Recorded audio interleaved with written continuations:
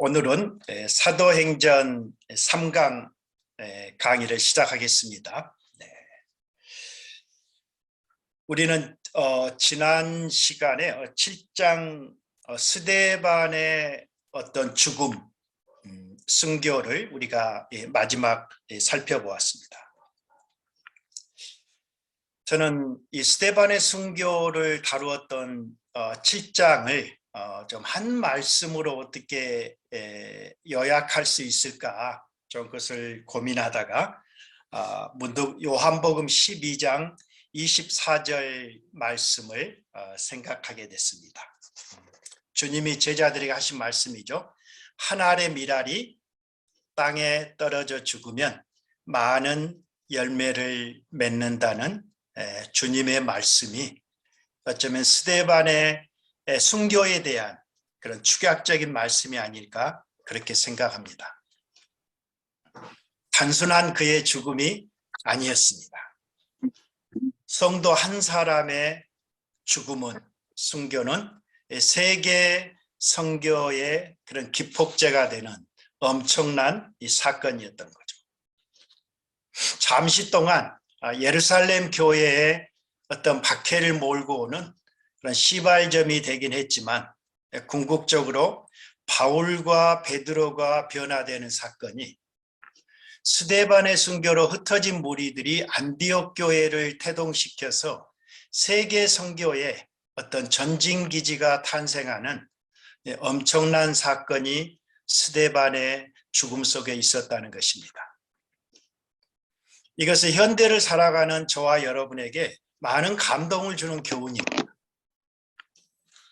이 땅에서 성공하고 잘 살고 이 땅에 영광을 받는 그런 삶이 아니라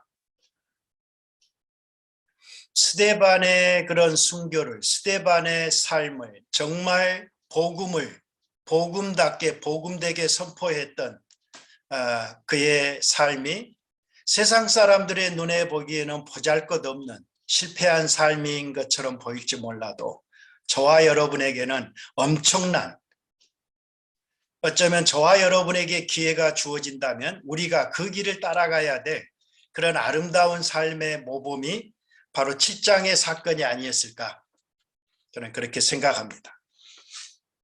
스데반의 순교는 교회에 대한 엄청난 핍박으로 이어졌습니다. 오늘 8장 1절 보니까요. 그날에 예루살렘에 있는 교회에 큰 박해가 있어 사도 외에는 유대와 사마리아 모든 땅으로 흩어졌더라고 기록하고 있습니다. 경건한 사람들이 스데반을 장사했습니다. 그때 사울이 교회를 잔멸하려고 각 집에 들어가 남녀를 끌어다가 옥에 투옥시키는 그 사건이 지금 예루살렘 지역에서 벌어지고 있었습니다. 사도들을 제외하고는 모든 신자들이 유대와 사마리아 온 주변의 지경 땅으로 흩어질 정도로 공회의 박해는 엄청났습니다. 전에는 예수님의 이름을 말하는 것을 금하고 때리는 정도였죠. 그렇지만 이제는 본격적으로 신자들을 잡아 투옥시키고 교회를 잔멸하기 시작했던 그 배경이 오늘 8장 초반에 기록되어 있습니다. 그 박해의 선봉에는 스데반을 기소해 죽였던 이 사울이 있었습니다. 오늘 8장 4, 5절 말씀을 보면은요, 그 흩어진 사람들이 두루 다니며 복음의 말씀을 전할세 빌립의 사마리아 성에 내려가 그리스도를 백성에게 전파하니 무리가 빌립의 말도 듣고 행하는 표적도 보고 한 마음으로 그가 하는 말을 따르더라. 많은 사람에게 붙었던 더러운 귀신들이 크게 소리를 지르며 나가고 많은 중풍병자와 못 걷는 사람들이 나으니 그 성에는 사마리아 섬에는 큰 기쁨이 넘쳤더라고 기록하고 있습니다. 사탄이 수단 방법을 가리지 않고 잔인한 방법으로 복음의 불씨를 끌려고 했을 때 성령께서는 흩어진 사람들을 통해서 복음을 들불처럼 번져가게 하고 있습니다. 오늘 4절에 보면 흩어진 사람들이 두루 다니며 무엇을 전했죠? 복음의 말씀을 전했습니다.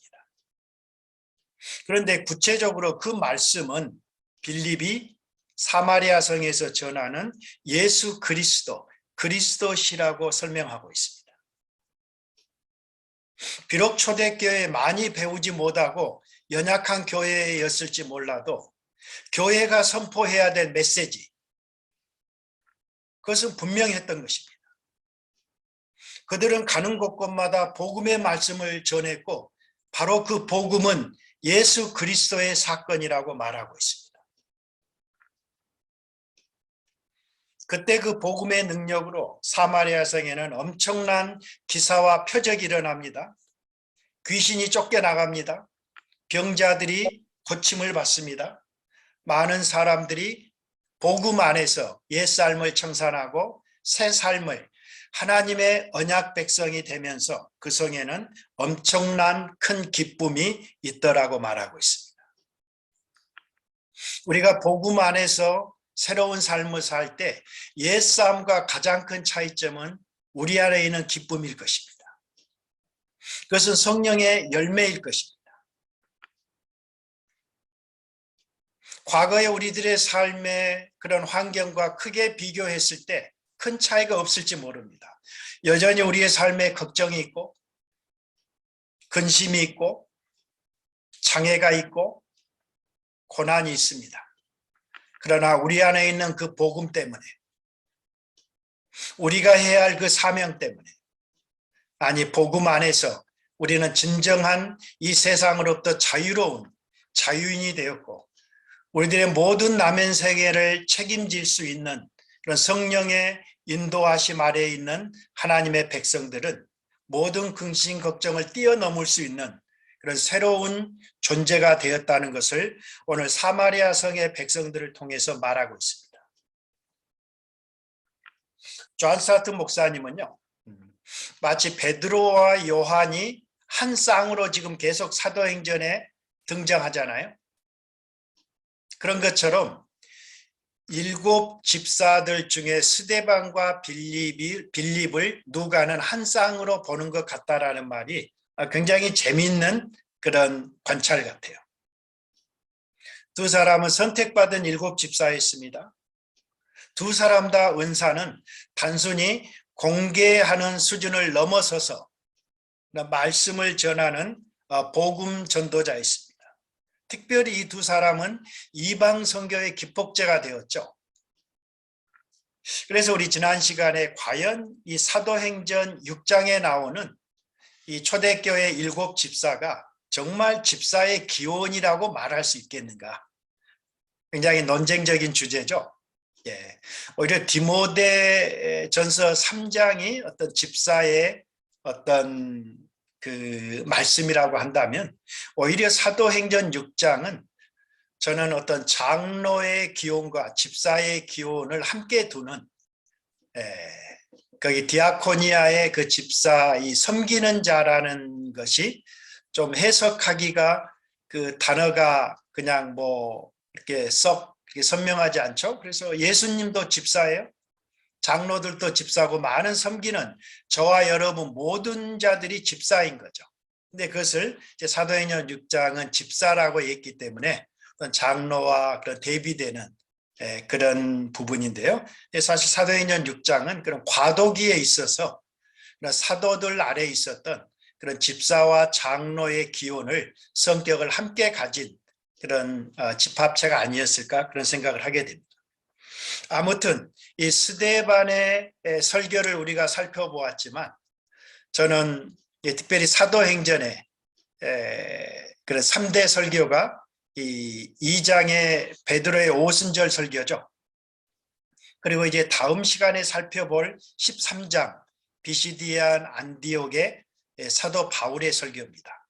그리고 7장의 스데반의 설교라고 했을 때 그 세 편의 설교 중에서 가장 탁월한 설교라고 해도 과언이 아닐 정도로 스데반 집사 사실 21장에 가면 거의 선지자의 반열에 있는 빌립을 보게 되는 거죠. 우리는 그냥 단순하게 집사라고 말하지만 집사 이상의 섬기는 자로서의 그런 복음 전도자인 것을 우리는 알 수 있습니다. 특별히 스데반과 빌립이 신약 교회에 기여했던 부분은 어떤 것일까요? 스데반은 구약의 성경과 율법을 신약의 새 성경과 신약의 새 언약이 되신 예수 그리스도로 조명한 사건일 것입니다.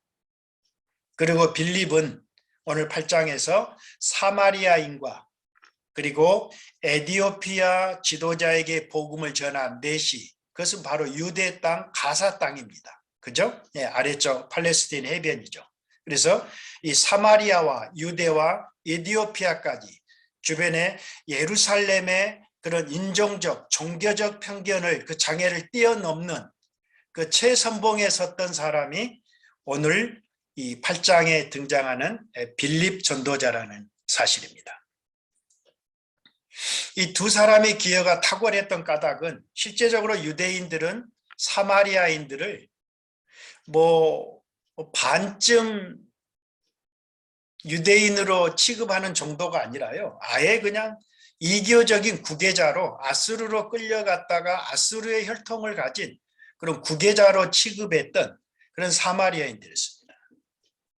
그 사마리아인들에게 빌립은 복음을 전하고 있습니다. 그리고 에디오피아는 사람들이 살 수 없는 세상의 맨 끝 경계, 뜨거운 남쪽 나라, 아프리카죠. 그런 에디오피아인이라고 해서 사마리아인들이라고 하고 무시했던 그 당시에 그런 종교적 편견을 뛰어넘는 그런 빌립의 복음적 해안은 우리가 감히 상상할 수 없는 성령의 은혜를 받은 자라는 것을 알 수가 있습니다. 그리고 나서 마술사 시몬이라는 아주 이상한 친구가 등장하는데요. 그건 여러분들이 읽어보시고요. 재밌는 것은 과연 빌립이 4절에 흩어진 사람들이 전했던 그 복음을 5절에서는 그리스도라고 설명하는데 12절에서는 전체적으로 요약하고 있어요. 과연 초대교회가 빌립이 선포했던 그 복음, 사마리아에 불을 지르고 온 유대와 아프리카까지 복음을 전파하겠던 빌립이 전했던 그 메시지가 무엇인가? 우리는 그 부분을 항상 주목해야 될 필요가 있습니다.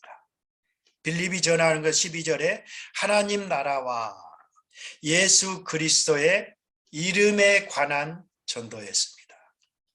빌립이 선포했던 메시지는 하나님 나라와 예수 그리스도셨다는 것이죠. 그래서 하나님 나라를 이 땅에 가져오신 예수 그리스도를 믿고 남녀가 다 세례를 받으니 그런 많은 표적과 능력이 이 사마리아 지역에 나타나는 것을 보게 되는 것입니다.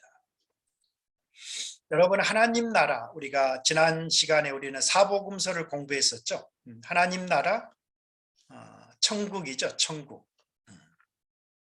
나라의 3대 요건은 먼저 백성이 있어야 되죠. 두 번째로는 그 백성이 거할 땅이 있어야 되죠.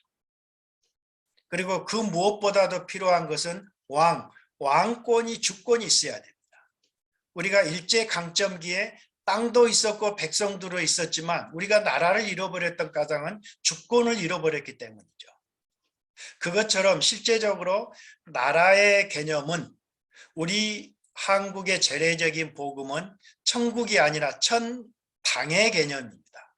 굉장히 잘못된 개념입니다.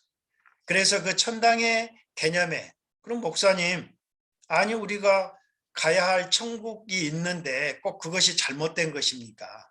그렇지만 1차적으로 그 마쿠스 바실레이아라는 히브리적 개념은 주권적 개념이었어요. 왕의 통치, 왕의 주권이 있는 그 나라, 왕이 야훼가 다스리는 나라, 그리스도가 다스리는 나라가 하나님의 나라라는 거죠. 그래서 풀러의 조지 레드 교수는 이 하나님 나라의 개념은 이 땅의 개념은 부차적인 개념이라는 거죠. 당연한 개념인데 오히려 메인 본류의 개념은 주권적 개념인 측면에 있어서 우리가 천국에 들어간다, 우리가 하나님 나라의 백성이 되었다라는 데서 가장 핵심적인 것은 우리들의 삶의 현장 속에서 우리의 주인이 바뀌었는가, 우리의 인생의 주체가 주어가 바뀌었는가로 하나님 나라를 가늠하게 되는 것입니다. 우리들의 인생의 주인이 바뀌었는가? 전에는 내가 내 마음대로 결정하고 자기 중심적인 삶을 살았던 것이 옛사람의 대표적인 삶의 모습이에요. 그러나 우리가 그리스도를 믿는다라는 것은 주 예수님, 주 예수 그리스도를 내 인생의 주인으로 모셔드린 것입니다. 하나님이, 야훼 하나님이 그리스도가 내 인생의 주인이 되셨다라는 것은 근본적으로 우리들의 존재가 바뀐 것이죠. 그리스도 안에서 새로운 피조물이 된 것이죠. 그래서 하나님 나라의 백성이 되었다, 구원을 받았다, 그리스도인이 되었다라는 것은 실제적으로 내 옛사람의 관점, 존재 목적, 라이프 스타일을 버리고 이제는 새 사람에 걸맞는 존재 양식과 목적을 가진 삶으로 바뀐 것, 그것을 성경은, 바울은 구원이다라고 말하는 측면에 있어서 이 하나님 나라에 대한 선포가 엄청나다는 거죠. 야훼, 단순히 팔레스타인의 유대인의 하나님이 아니라 온 우주 만물을 창조하셨던 바로 그 섭리의 하나님이 만유의 주님으로 이 땅에 오시는, 단순히 유대인의 예루살렘만 갇혀있는 야훼가 아니라는 거죠. 여기서 빌립이 선포한, 사마리아에서 선포한 복음은 모든 인종적, 종교적, 그런 교리적 장벽을 무너뜨리고 사마리아 땅까지, 유대 땅까지, 땅끝까지를 점유하시고 사랑하시는 그리스도의 십자가와 부활의 복음, 바로 그 복음이 빌립이 선포했던 것이고, 그 빌립이 선포한 복음은 모든 그런 사마리아의 장벽을 무너뜨리고도 남음이 있었던 것입니다.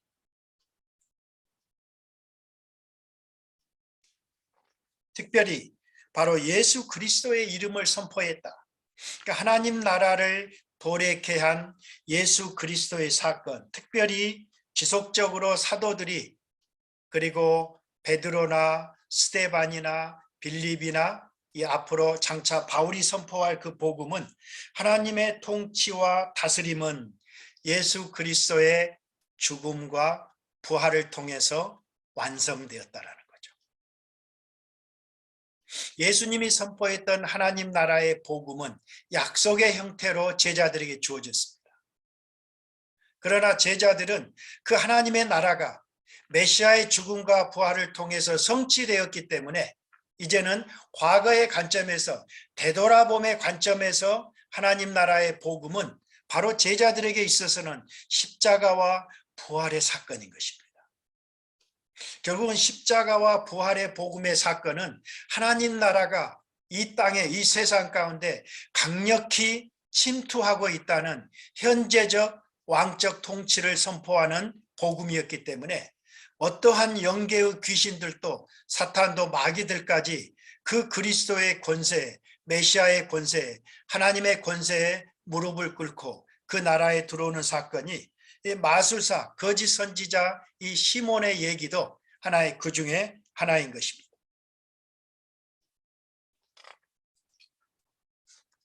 14절에 보면은요, 예루살렘에 있는 사도들이 사마리아도 하나님의 말씀을 받았다 함을 듣고, 굉장히 재밌는 표현이잖아요.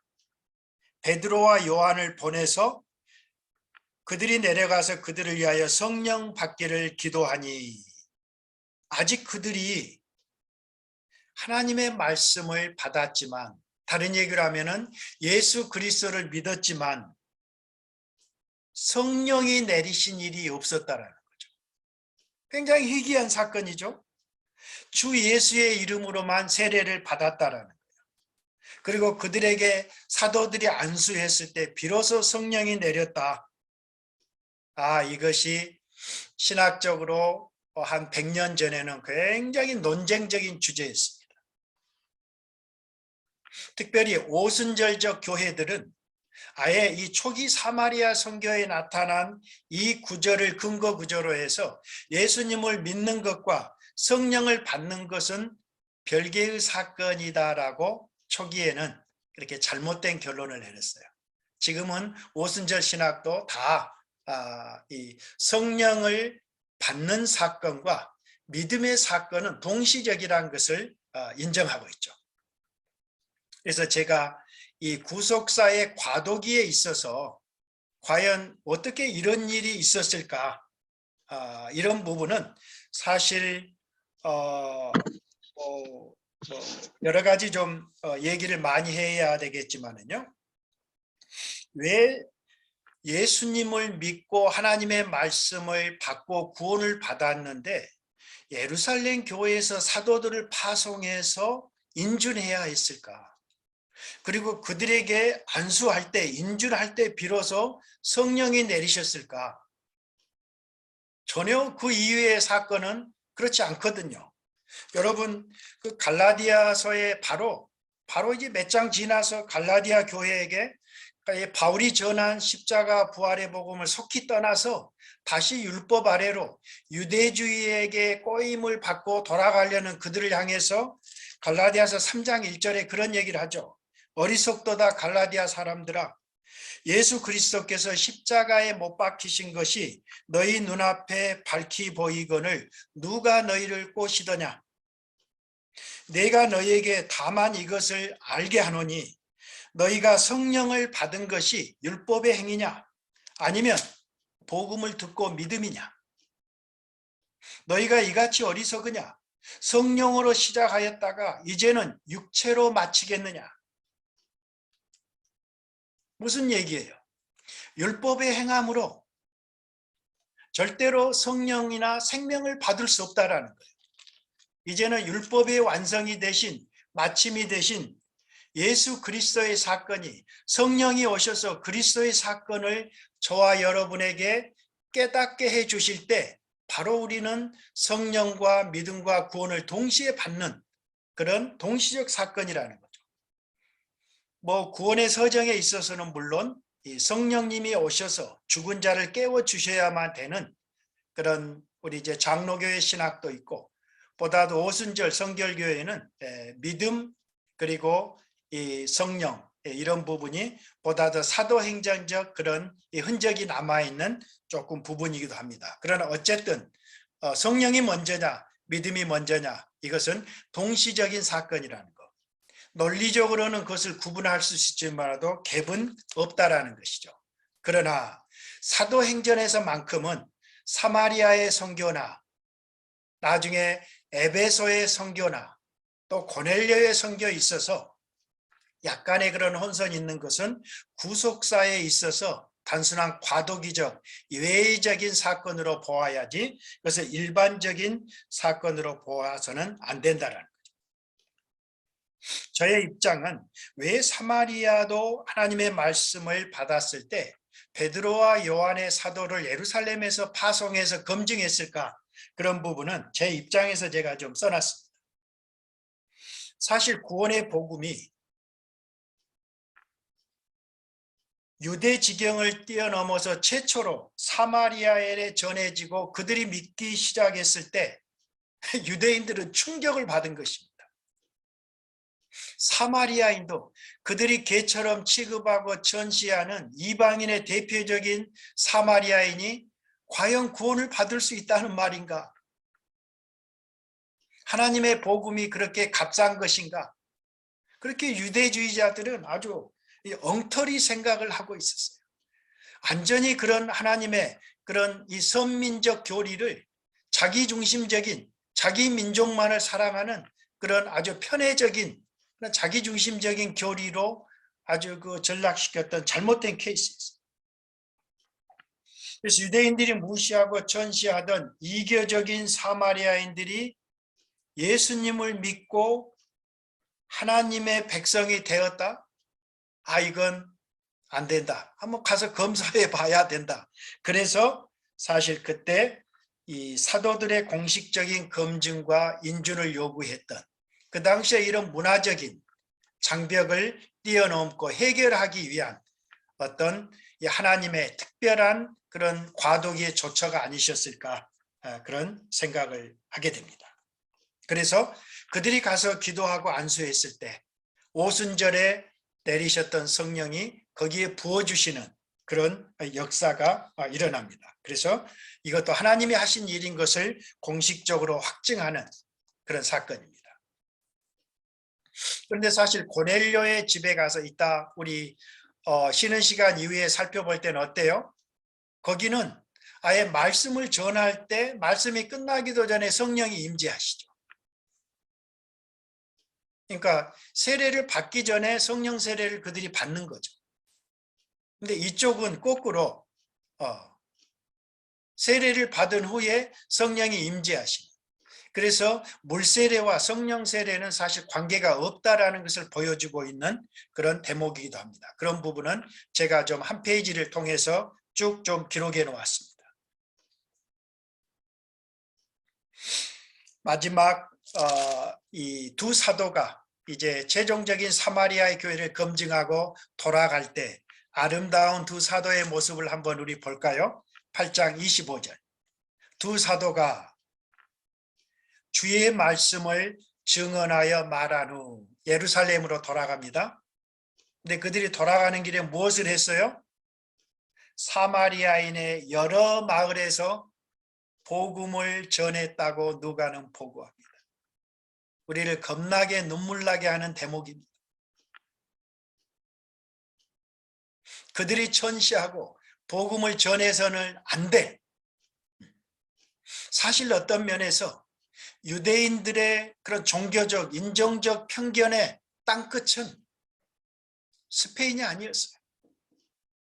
예루살렘의 땅끝은 바로 인접해 있었던 그 삭막한 그들이 무시하고 천대해서 복음을 전하지 않았던 사마리아의 땅이 그들의 땅끝이었는지 모릅니다. 그런데 놀랍게도 하나님이 그들도 사랑하시고 그들도 구원하신다는 것을 눈으로 보고 확증한 다음에 유대 수장격인 대표적인 베드로와 요한이 예루살렘으로 올라가는 길에 사마리아에서 복음을 전하는 이 아름다운 역사가 이제 펼쳐지기 시작한 것입니다. 그리고 26절 이하에서는 이제 빌립이 사마리아 전도를 마친 다음에 주의 사자가 빌립에게 말합니다. 일어나서 남쪽으로 향하여 예루살렘에서 가사로 내려가는 길까지 가라. 성령의 인도하심을 받습니다. 일어나 남쪽으로 내려가라는 거예요. 그 길은 광야라. 그 길은 유대 광야죠. 예루살렘에서 그런 팔레스타인의 해변가 가사.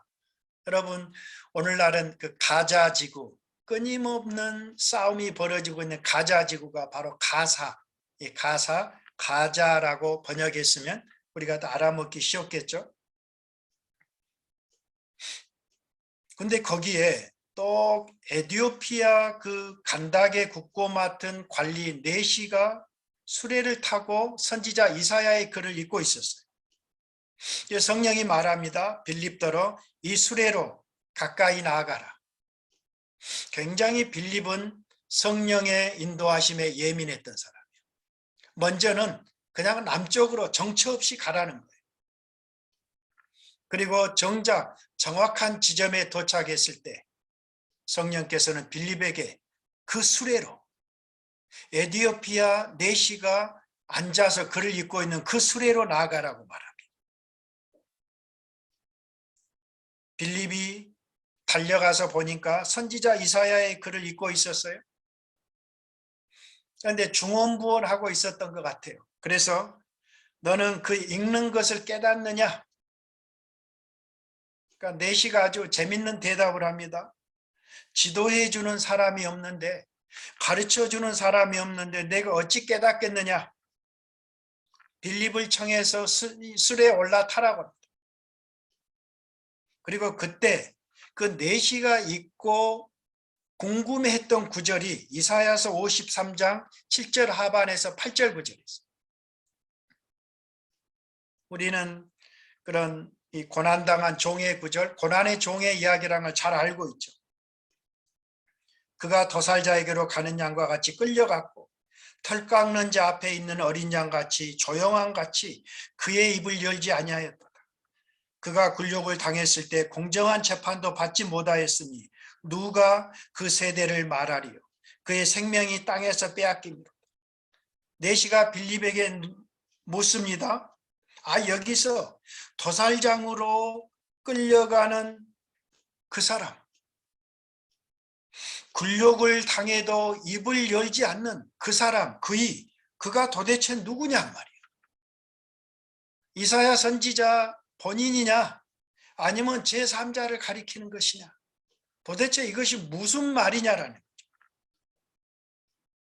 그때 빌립이 35절에 이 글에서 시작해서 예수를 가르쳐 복음을 전하더라, 그렇게 기록되어 있습니다.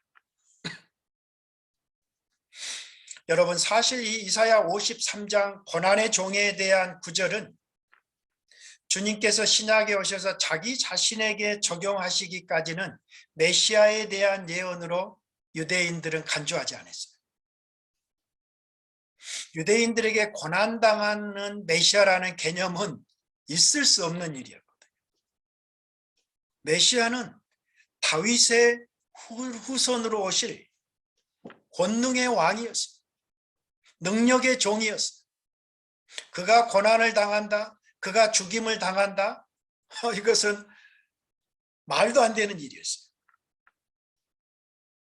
그런데 빌립은 성령님의 인도를 받아서 그 고난당하는 그 종은, 죽임당하는 그 종은 찔림을 받고 굴욕을 받고 모든 백성들에게 멸시와 천대를 받고 거절을 당하고 곤욕과 신문을 당한 후에 대속의 죽음을 받을 바로 그이,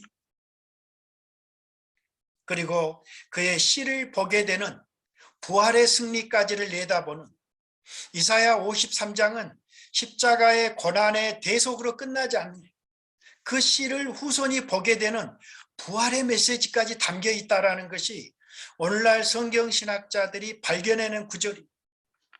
그래서 이사야 53장은 엄청난 그리스도의 십자가와 부활의 그 마지막 하나님 나라를 완성케 하는, 도래케 하는, 마침케 하는 그런 약속의 말씀이 그 속에 들어있었다는, 그걸 깨닫게 해준 거예요. 그래서 내시가 말합니다. 그럼 내가 이제 믿게 되었으니, 그분을 깨닫게 되었으니 내가 세례를 받으면 어떻겠냐. 그래서 빌립이 세례를 줍니다. 그리고 서로 헤어져서 내시는 다시 돌아가고, 빌립은 가사에서 그의 아서도라고, 과거에 이 사무엘 때는 아스도시죠. 지나서 이 가이사라에 거하게 되는 이 사건으로 끝나게 됩니다. 여러분, 빌립의 개인 전도가 주는 교훈 몇 가지를 한번 생각해 봤습니다. 그는 성령님의 인도에 굉장히 민감한 사람이었습니다. 우리들의 전도 현장에서, 선교 현장의 주체는 성령님이시라는 것을 오늘 빌립의 메시지는 우리에게 교훈하고 있습니다.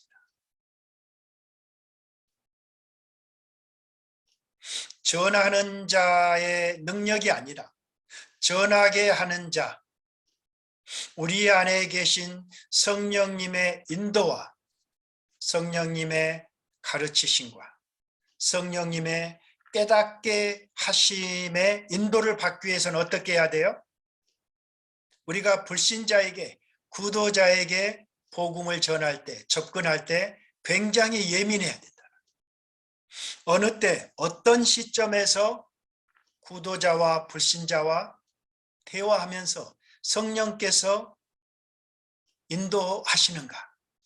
그 부분을 우리가 깨닫기 위해서는, 인도함을 받기 위해서는 전도와 선교 현장에서, 또 강단의 현장에서 성령의 인도하심에 예민해야 될 필요를 오늘 교훈하고 있습니다. 그리고 내시의 핵심은 빌립의 기사와 표적을 보고 믿은 것이 아니었어요. 성경을 풀어서 예수의 말씀을 설명한 것을 듣고 믿은 결과였어요. 숱한 초대교회에 일어난 기사와 표적은 그것이 주체가 아니에요. 그것이 능력이 아니에요. 복음이 능력이라는 것을 증언하는, 서포트하는 구절이 기사와 표적이에요. 그래서 우리는 성령께서 증거하시는 예수 그리스도의 사건에 초점을 맞춰야지, 성령이 주시는 그리스도의 사건을 입증하고 확증하기 위한 수단으로 주시는 은사적 나타나는 것에 우리가 기웃거리거나 그것에 더 관심을 두어서는 안 된다는 것이죠. 그리고 특별히 우리가 성령님의 인도를 받고 성령께서 하시기 때문에 우리는 아무것도 준비하지 않아도 되는가? 절대로 그건 아니라는 것이죠. 성령의 인도를 받는 것과 우리 지도자들이, 우리 성도들이 복음을 준비하는 것은 양자택일의 사항이 아니라는 거예요.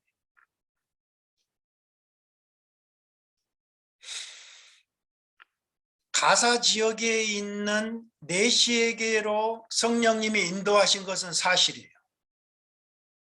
그러나 그 수레에 올라타서 이사야서의 그 복음을 깨닫게 하고 가르치게 했던 것은 성령님이시기도 하지만 빌립이라는 거죠.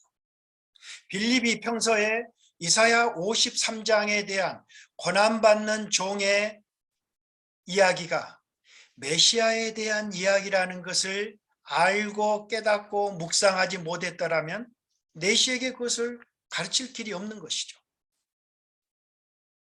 우리가 무지한 데 대해서는요, 성령님도 대책이 없는 것이죠.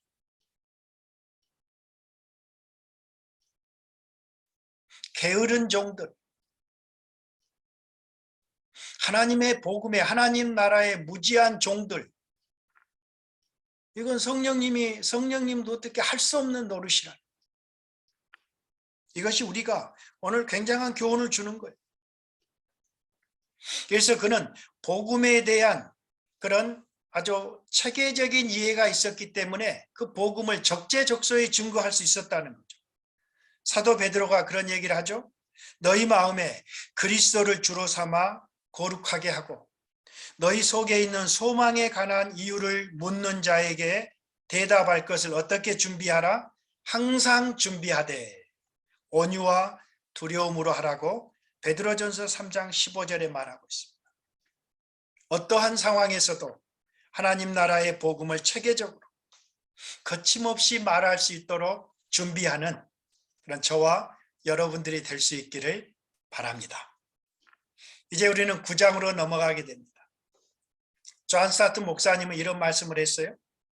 교회사에서 다맥색 토상의 사울의 체험은 가장 유명한 회심일 것이다. 이제 스데반과 빌립의 이야기가 끝났습니다. 이제는 사마리아와 유대와 이런 지형학적으로 복음이 쓰나미처럼 지금 이 땅끝을 향해서 나아가고 있습니다. 근데 아직 본격적인 시작은 준비가 아직 안 됐어요. 그래서 하나님은 한 사람, 세계 선교의 방점을 찍을 핍박자 사울을 선포자 바울로 변화시키는 대목이 오늘 9장인 것입니다. 오늘 9장 1절을 보면은요, 사울이 주의 제자들에 대하여 여전히 위협과 살기가 등등하여 대제사장에게 가서 다메섹 여러 해당에 가져갈 공문을 청하니 이는 만일 그 돌을 따르는 사람을 만나면 그 도를, 예수의 나사렛의 도를 따르는 사람을 만나면 남녀를 막론하고 결박하여 예루살렘으로 잡아오려 함이라. 사울이 길을 가다가 다메섹에 가까이 이르더니 호련히 하늘로부터 빛이 그를 둘러 비추는지라. 땅에 엎드러져 들음에 소리가 있어 이르시되 사울아 사울아 네가 어찌하여 나를 박해하느냐. 사울이 대답합니다. 주여 누구시니까? 이르시되 나는 네가 박해하는 예수다. 너는 일어나 시내로 들어가라. 네가 행할 것을 내게 이를 자가 있느니라. 다메섹 도상의 사건이 9절까지 기록되어 있습니다. 사울은 예루살렘 교회의 성도들을 잡아 투옥시키는 것으로, 잔멸하는 것으로 만족하지 않았습니다. 무려 예루살렘에서 다마스커스까지 지금 어려움을 겪고 있는 시리아, 바로 그 지역이에요. 다마스커스까지는 무려 240km나 떨어진 그곳에 이미 유대인의 공동체가 형성되어 있었어요. 그래서 예루살렘에 있었던 수많은 성도들이 가능한 그런 예루살렘 공회의 이 검사장 사울의 그 영장을 피해서 도망간 그 인접 국가가 다마스커스, 시리아였던 것이, 다메섹이었던 것입니다. 사울은 이미 알고 있는 거죠. 그곳에 디아스포라 유대 공동체가 있었기 때문에 그곳에 다 이 기독교 잔당들이 거기에 숨어 있을 것이다. 거리 가자. 그래서 지금 영장을 들고 거기를 가는 그 여정에서 주님은 그를 기다리고 있었어요.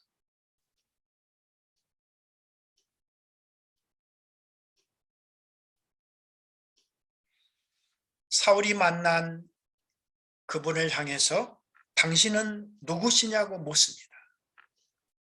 그때 예수님은 나는 네가 박해하는 예수다.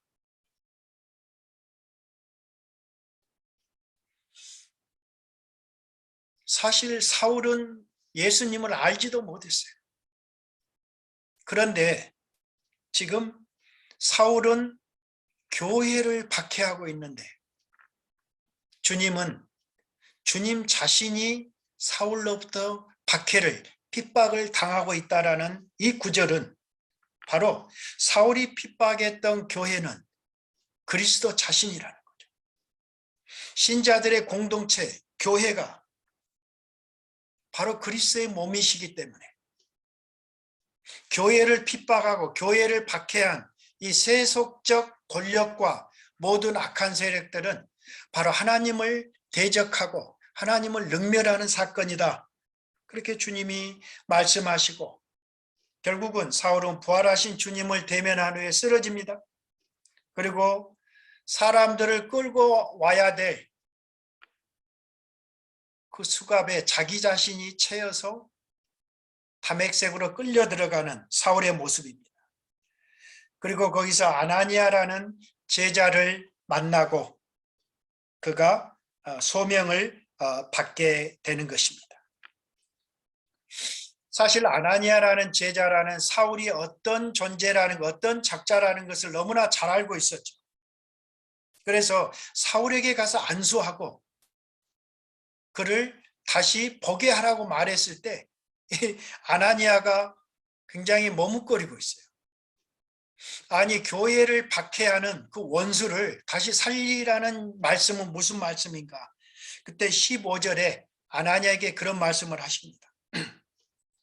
가라, 이 사람은 내 이름을 이방인과 임금들과 이스라엘 자손들에게 전하기 위하여 택한 나의 그릇이다.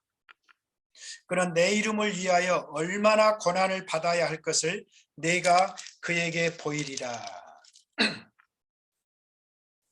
그래서 아나니아가 바로 사울에게 가서 17절에 형제 사울아, 주 곧 네가 오는 길에서 나타나셨던 주 예수께서 나를 보내어 너로 다시 보게 하시고 성령으로 충만하게 하신다 하니 즉시 사울의 눈에서 비늘 같은 것이 벗어지고 보게 돼서 세례받고 음식을 먹고 강건해지는 사울의 회심과 소명의 장면이 나오게 됩니다. 그리고 나서 사울은 즉시로 20절에 다메섹에 해당해서 예수가 하나님의 아들이신 것을 선포하고 있습니다. 그래서 21절에 깜짝 놀라는 것. 듣는 사람들이 혼비백산하지 않겠어요?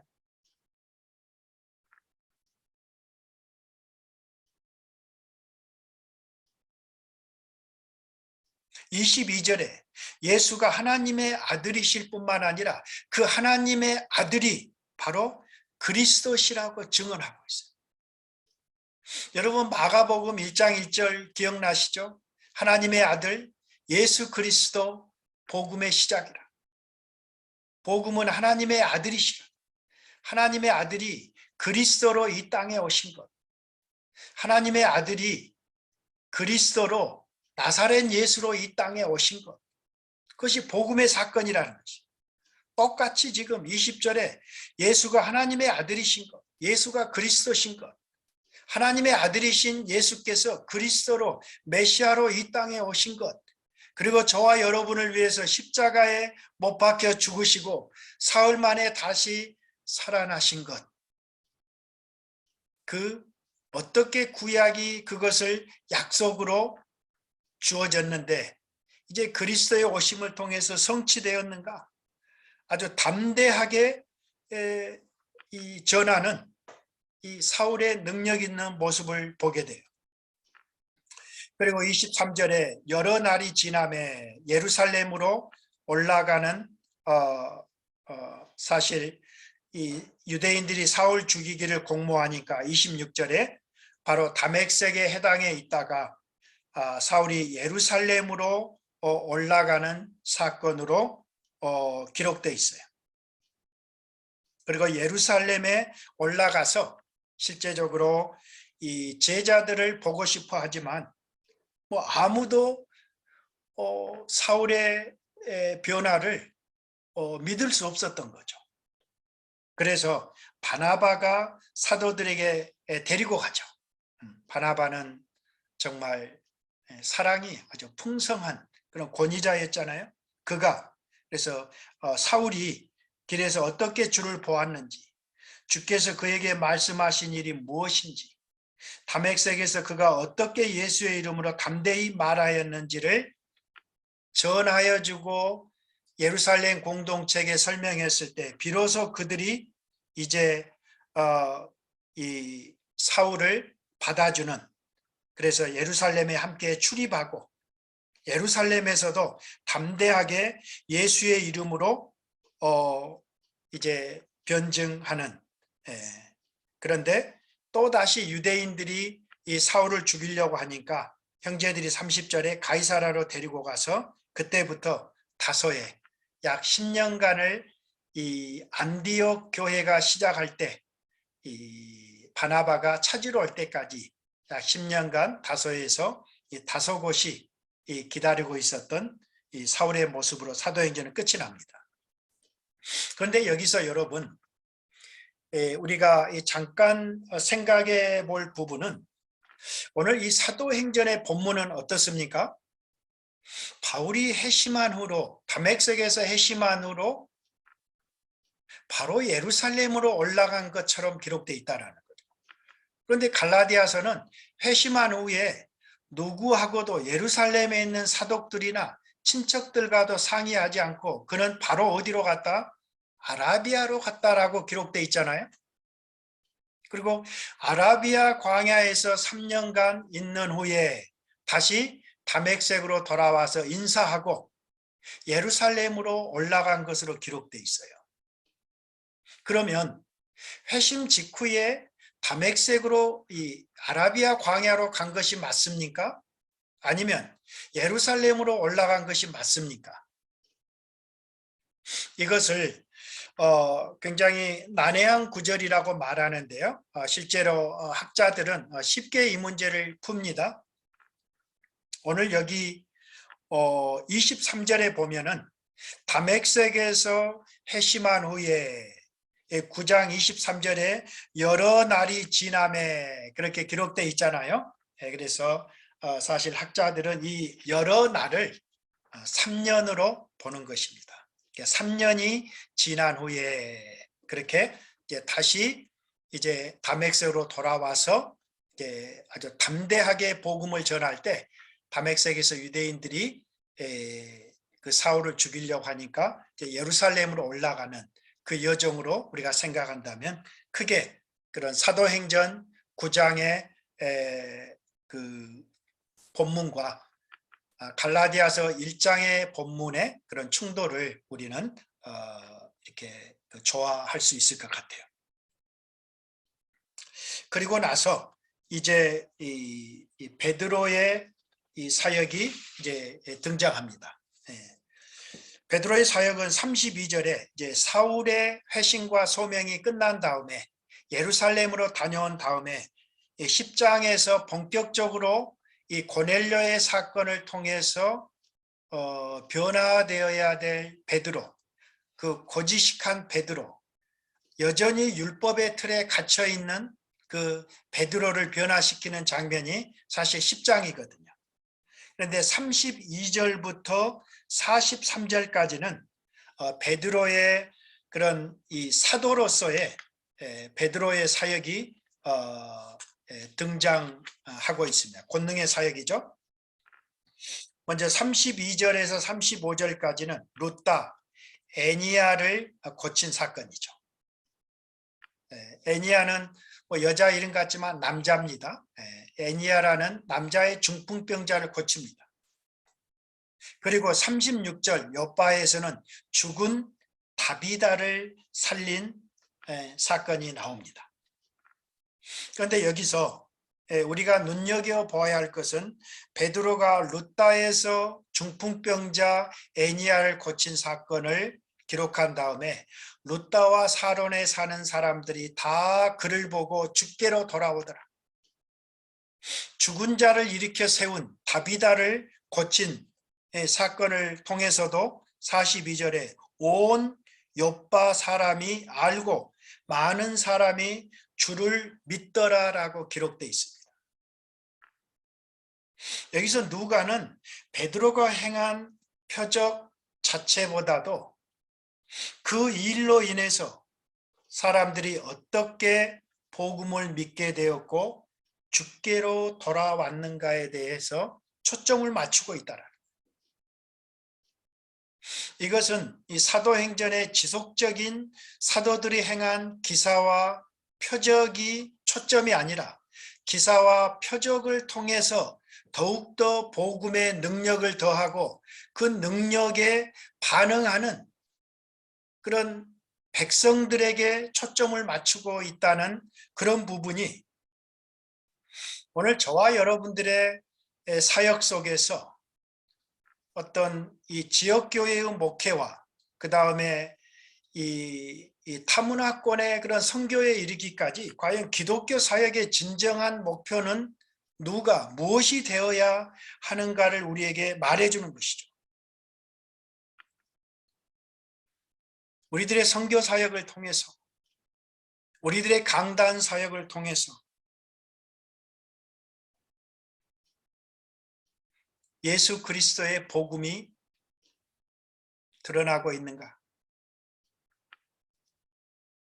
우리가 전하는 복음을 통해서 하나님 나라의 복음이 그리스도의 주되심이 그리스도의 왕되심이 우리 가운데 성령을 통해서 내주하시고 교회의 머리가 되신 예수 그리스도 바로 성자 그 그리스도 한 분이 저와 여러분의 사역을 통해서 진정으로 드러나고 있는가? 오직 예수 그리스도의 죽으심과 부활의 사건을 그리고 다시 오실 그 재림의 주님을 심판의 주님을 오롯이 증거하는 저와 여러분들이 되길 주의 이름으로 축원합니다. 여러분 9장에서는 박해자 사울이 어떻게 선포자 사울로 바울로 변화되었는가를 살펴보았습니다. 그런데 열방 선교를 하나님께서 계획하시는 이 하나님의 아젠다에는 한 사람이 더 남아 있어요. 정말 하나님이 다루시고 싶은 사람은 사실 10장에 있습니다. 10장은 우리가 그 고넬료의 이야기, 고넬료의 사건인데요. 실제적으로 하나님의 의도는 베드로였어요. 베드로. 왜 그렇습니까? 이 두 지도자의 회심, 전향은 필수적인 사건이었어요. 바울이 이방인 사도로 안디옥을 중심으로 나가기 위해서는 후방에서 모교인 예루살렘 교회가 흔들어 버리면 바울은 그 사역을 감당할 수 없었던 거죠. 또 말도 안 되는 것이죠. 그래서 모교인 그런 유대인의 수장인 베드로의 이 세계관이, 교리가, 성교관이 바뀌지 않으면 불가능한 사역이었어요. 그래서 하나님은 이제부터 베드로를 다루기 시작하시는 장이 10장입니다. 10장인데 오늘 9장 후반에서 재밌는 것을 설명하죠. 9장 후반에서 10장의 베드로를 다루기 전에 그럼 베드로의 무엇을 지금 하나님이 기록하고 있어요? 그런 베드로가 사도적 권능으로 질병을 제압하고 죽음의 도전에 맞서 죽은 자를 살리는 그런 사도적 능력의 그런 베드로를 선보이고 있어요. 사실 뭐 엄청난 능력이잖아요. 하나님은 그것은 예선전에 불과하다, 예고편이다 그 말이에요. 오늘 10장에서 본 게임은 뭐죠? 질병과 죽음의 도전에 맞서 승리했던 베드로가 과연 인종적, 그런 종교적 차별의 도전에는 어떻게 반응할 것인가? 그것이 사실 이 하나님이 이 10장의 고넬료 이야기의 핵심이 베드로의 그런 전향을, 컨버전을 다루기 위한 하나님의 경륜이 있다는 것을 알고 오늘 본문을 보았으면 좋겠습니다. 오늘 10장 1절에는 가이사라의 고넬료라 하는 사람이 있으니 이탈리아 부대, 로마 부대 군대의 백부장이었더라라고 기록하고 있습니다. 가이사라는 그 유대 지방의 로마 행정 수도였죠. 그래서 항상 뭐 빌라도랄지 그런 모든 관료들은 다 이 가이사라에 거주하고 있었어요. 가이사라 백부장 고넬료는 그냥 경건한 자였죠. 온 집안이 함께 하나님을 경외하며 믿었던 자라고 기록하고 있습니다. 특별히 그의 구제와 그런 탁월한 기도 생활을 언급하고 있습니다. 그래서 하나님이 그의 기도를 연락하시고 고넬료에게 환상 가운데 나타나신 거예요. 환상의 이야기는 그런 이 요바의 그 가죽 피역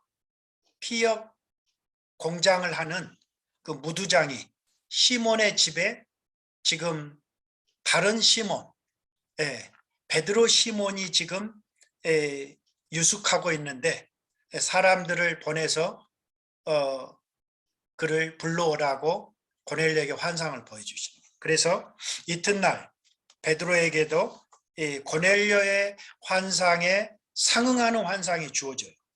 그런데 고넬료는 금방 말귀를 알아먹으니까 한 번만 하신 것 같은데 지금 9절에서 16절까지는요.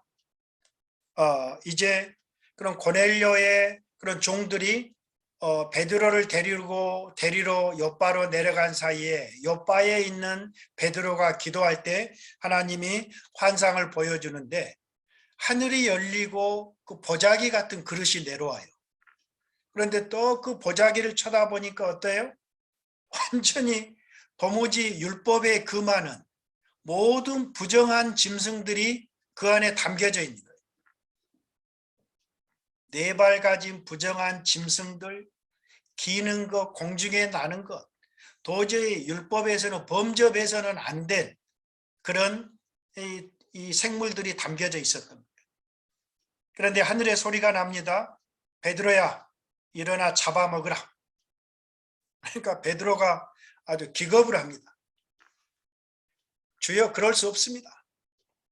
속되고 깨끗하지 아니한 것을 나는 결코 먹을 수 없습니다. 그러니까 두 번째 하나님이 말씀하십니다. 야, 내가 깨끗하게 한 것을 네가 속되다고 하냐? 얼른 일어나서 잡아먹어라. 말귀를 못 알아보니까 몇 번, 16절에 이런 일이 3번 있은 후에 그 보자기가, 그 그릇이 하늘로 올라갔던 그 환상을 보게 된 거예요. 아니, 지금 베드로가 지금 완전히 지금 비몽사몽간에 그 환상이 무슨 뜻인지 의아해하고 있었어요. 아니, 그때 고넬료가 보낸 그런 그 종들이 이 베드로가 유숙하고 있는가를 물어보는 거예요. 집에 도착한 거예요. 그러니까 20절에 성령께서 뭐라고 말씀하세요? 베드로야, 두 사람이 너를 찾으러 왔는데 일어나 내려가라. 의심하지 말고 함께 가라. 내가 그들을 보내었느니라. 그래서 날이 저물었어요. 그래서 그들을 집에 들어와서 함께 잠자고 23절, 24절 하반절에 그 이튿날 함께 일찍 요바에 있는 그 고넬료의 요바에서 온 그 형제들과 함께 그 가이사라로 이제 내려가는 그 장면이 쭉 기록되어 있습니다. 가니까 고넬료가 이미 기다리고 있었습니다. 모든 일가 친척들 다 불러놓고 이 베드로 사도가 오시기를 기다리고 있었던 고넬료의 모습이 이제 25절까지 기록되어 있죠. 그래서 이제 베드로가 그럽니다. 내가 유대인으로서 이방인과 교제하며 가까이 하는 것이 위법인 줄 너도 알지? 그런데 하나님께서 내게 지시하사 아무도 속되다거나 깨끗하지 말라고 말씀하셔서 내가 사양하지 않고 왔는데 무슨 일로 나를 불렀느냐라고 말하고 있습니다. 하나님이 가라고 해서 오기는 왔는데 지금 베드로가 확신이 없는 거예요. 무슨 일로 가라고 했는지 아직도 지금 불법과 율법을 따지고 있는 그런 베드로의 지금 생각을 여러분들 지금 따라와야 됩니다.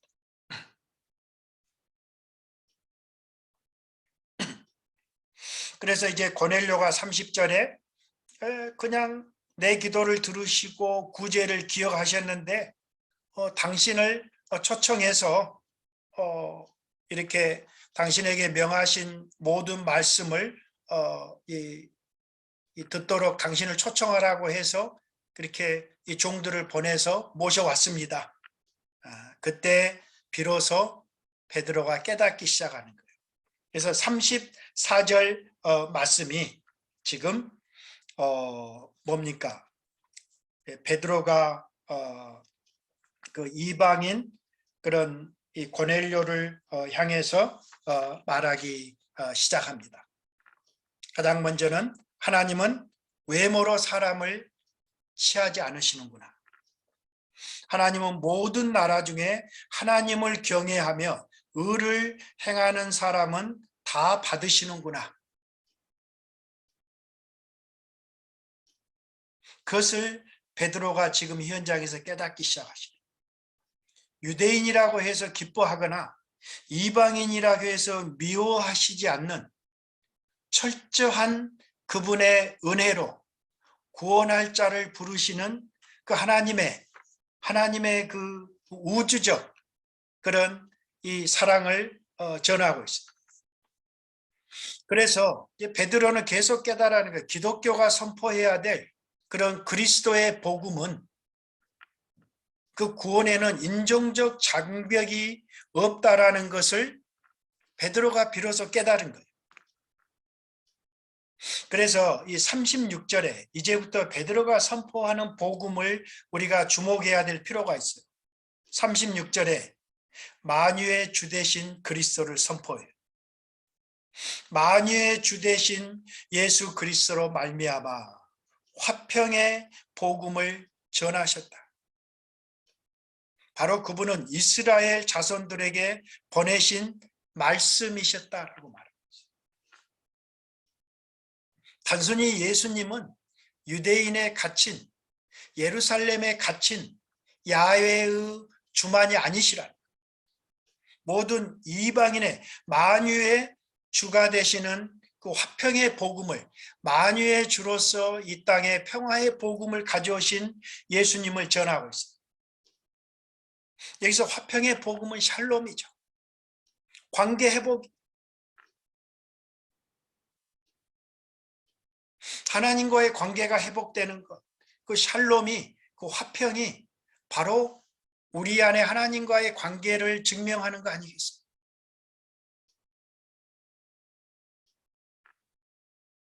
그리고 그 사역을 요한이 세례를 반포한 후에 갈릴리에서 시작해서 온 유대에 두루 전파된 그것을 너희도 알거니와, 예수의 사역은 세례 요한의 사역을 이어서 갈릴리에 시작해서 온 유대까지 확장되었다라.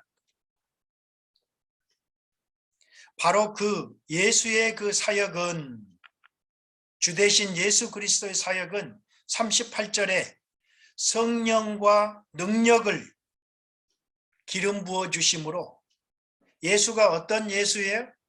예수님이 하도 여호수아 예수 많잖아요. 우리 순이 철수처럼. 그러니까 분명하게 38절에 나사렛 예수, 나사렛 예수에게 성령과 능력을 기름 붓듯 부으셔서, 하나님이 기름 부으셔서 하나님이 인증하신 메시아의 사역이었다, 그 말입니다. 그래서 그분이 선포하고 그분이 치유하고 그분이 회복한 모든 그런 이 죽기의 사역, 그리고 이 회복의 사역, 이는 하나님이 그와 함께 하신 증거다, 그렇게 말하고 있습니다. 그리고 39절에 우리는 유대인의 땅과 예루살렘에서 그가 행하신 모든 일의 증인이다. 그분의 증인이다라는, 그러면서 그분이 어떤 일을 하셨는가, 가장 복음의 핵심적인, 빠져서는 안 될 그 복음 중에 복음 두 가지를 설명하고 있습니다. 그분의 십자가가 등장해요. 그런데 베드로는 39절에 그를, 그 나사렛 예수를 그들이, 유대인들이 나무에 달아 죽였다라고 말하고 있어요. 십자가에 달려 죽으셨다라고 말하지 않고 나무에 달아 죽였다. 유대인들에게 나무에 달아 죽은 사건은 뭐예요? 하나님의 저주를 받은 사건의 아주 상징적인 그런 하나의 율법의 형벌이었어요. 나무에 달려 죽으셨다. 하나님의 저주를 받으셨다. 근데 왜 십자가가 저와 여러분에게 복음인가요? 왜 나무에 달려 죽은, 왜 십자가에 달려 죽으신 사건이 저와 여러분을 위한 복음의 사건인가요?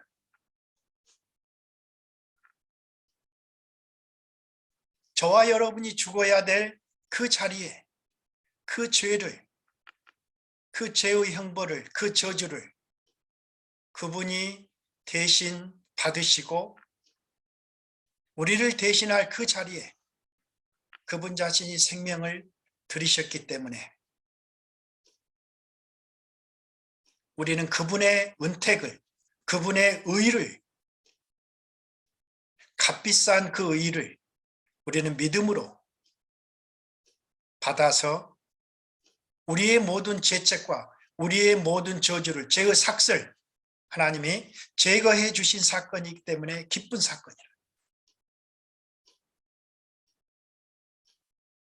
그리고 40절에 하나님이 사흘 만에 다시 살리셨다.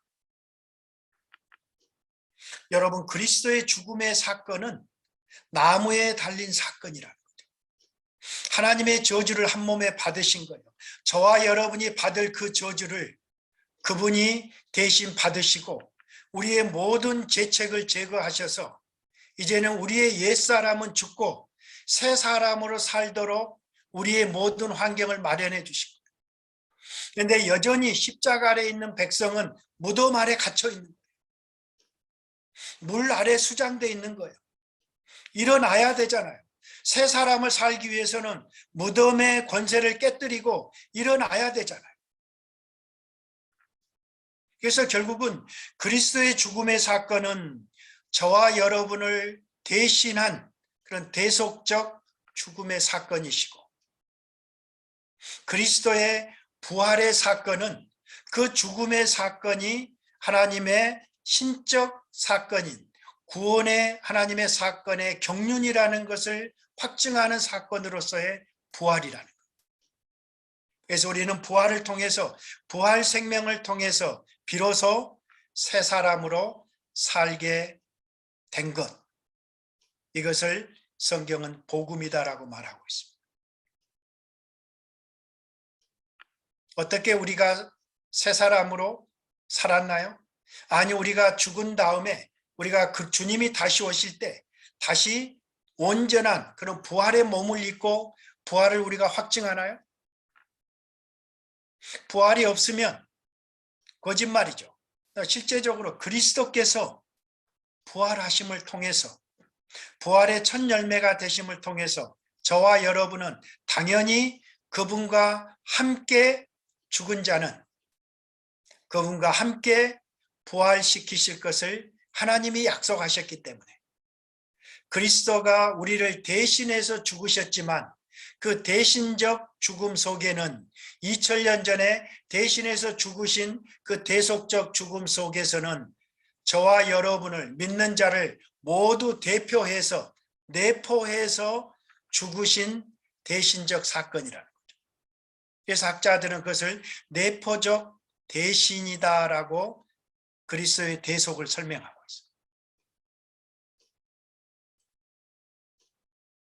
그분만 죽고 저와 여러분은 버젓이 살아있는, 나는 죽지 않는, 그것은 성경에 없는 복음이라는 거예요. 이미 그리스도가 대신해서 죽으실 때 우리는 믿음으로 그분과 함께 죽은 그런 신비적 죽음에 연합하는 그 은총을 하나님이 마련하셨다.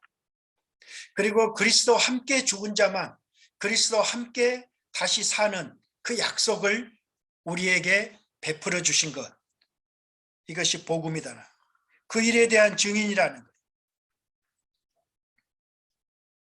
41절에 오직 미리 택하신 증인, 죽은 자 가운데서 부활하신 후 그를 모시고 음식을 먹은 우리에게 하신 것이다. 그분이 살아나셔서 그분이 무덤의 문을 열고 뚜벅뚜벅 걸어 나오셔서 제자들에게 보이신 사건을 말하고 있어요.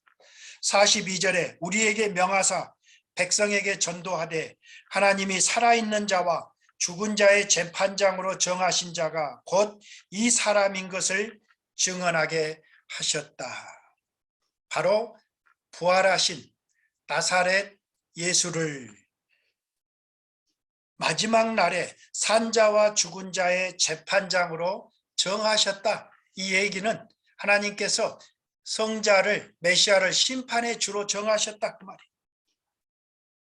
43절에 그에 대하여, 그분에 대하여는 모든 선지자가 증언하지 않는 모든 구약의 율법이, 구약의 선지서가, 구약의 시편이 바로 그분을 증거한 사건이라.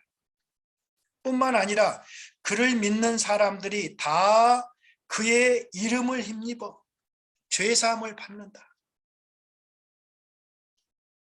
구원을 받는다라고 말합니다.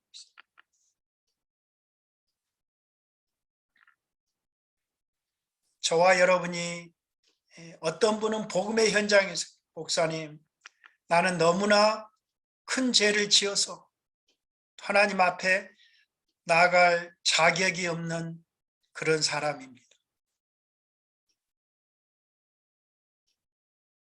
저와 여러분이 어떠한 형편에 있었든지 간에, 어떠한 흉악한 죄를 지었든지 간에, 아니 이웃을 살해했을지라도, 살인했을지라도, 모든 십계명의 죄를 지었을지라도 바로 그 죄책을 감당하기 위해서 골고다로 오신 예수님을 우리 마음속에 모셔드리고 그분이 나를 대신해서 죽으신 그 사건을 인정하고 믿고 감사하면 하나님이 저와 여러분에게 구원의 길을 베푸시고 새 사람을 살아낼 수 있도록, 새 생명을 살아낼 수 있도록 성령님을 선물로 보내셔서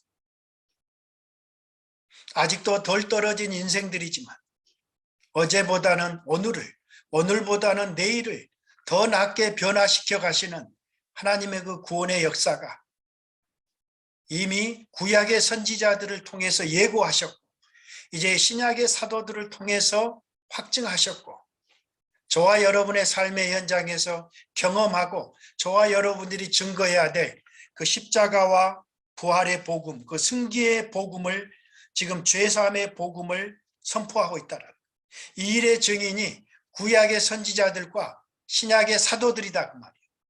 지난 5장에서는 성령도 그 일의 증인이다라고 말하죠. 아, 성령님이 구약의 선지자와 신약의 사도들을 통해서 성경을 기록하셨기 때문에 당연히 원저자인 성령님도 그 일을 위해서 보내심을 받은 증인이다라고 말하고 있는 거죠. 44절에 베드로가 이 말을 할 때 성령이 말씀 듣는 모든 사람들에게 내려오셨다. 베드로와 함께 온 할례 받은 신자들이 깜짝 놀래는 말씀을 전하는 베드로도 함께 온 할례자들이 놀래. 아니 구원받는 자들이 놀래는 거, 이방인들이 놀래는 것이 아니고 이방인들에게도 성령을 부어주시네 놀래는 거. 놀랄만 하죠. 그죠? 그 당시에는 그들이 믿었던 그 편협한 그 치우친 그 복음은 그들이 열려야 될 그런 영역을 하나님이 보여주신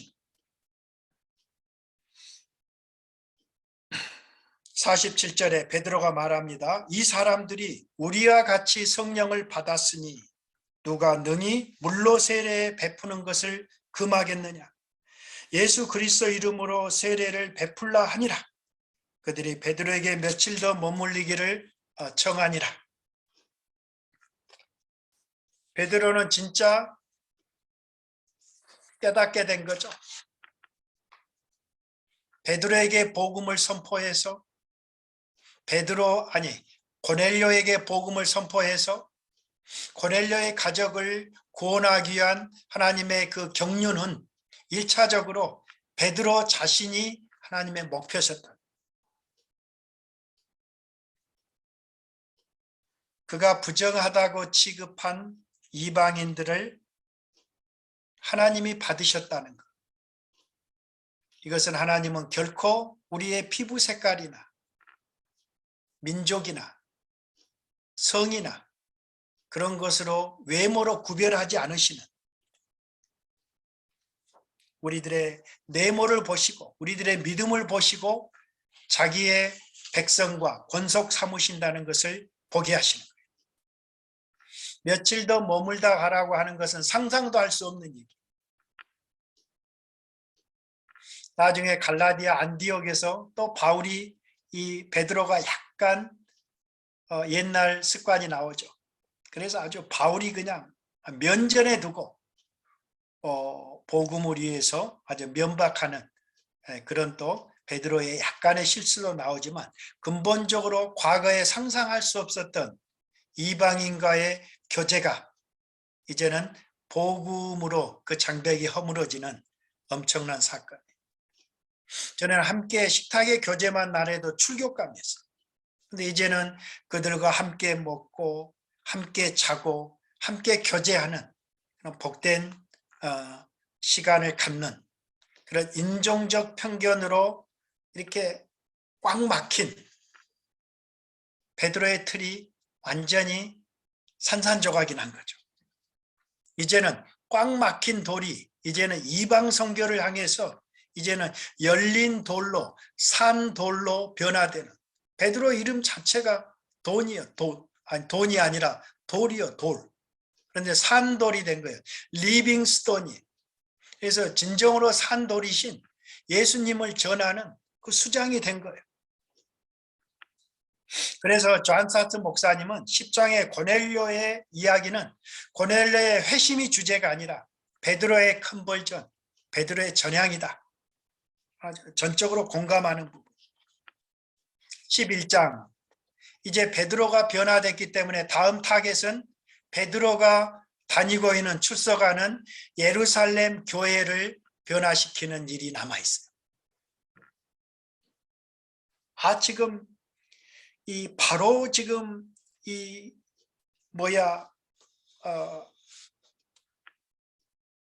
11장 1절을 보니까요, 유대에 있는 사도들과 형제들이 이방인들로 하나님의 말씀을 받았다함을 듣고 베드로가 예루살렘에 올라갔을 때 할례자들이 그를 비난하기 시작하는 거예요. 죄목은 뭐예요? 네가 베드로의 수장인, 아니 사도들의 수장인 내가, 대표가, 총회장님이 무할례자의 집에 들어가서 함께 먹었다? 이게 진짜냐? 그것을 묻고 따지는 거예요.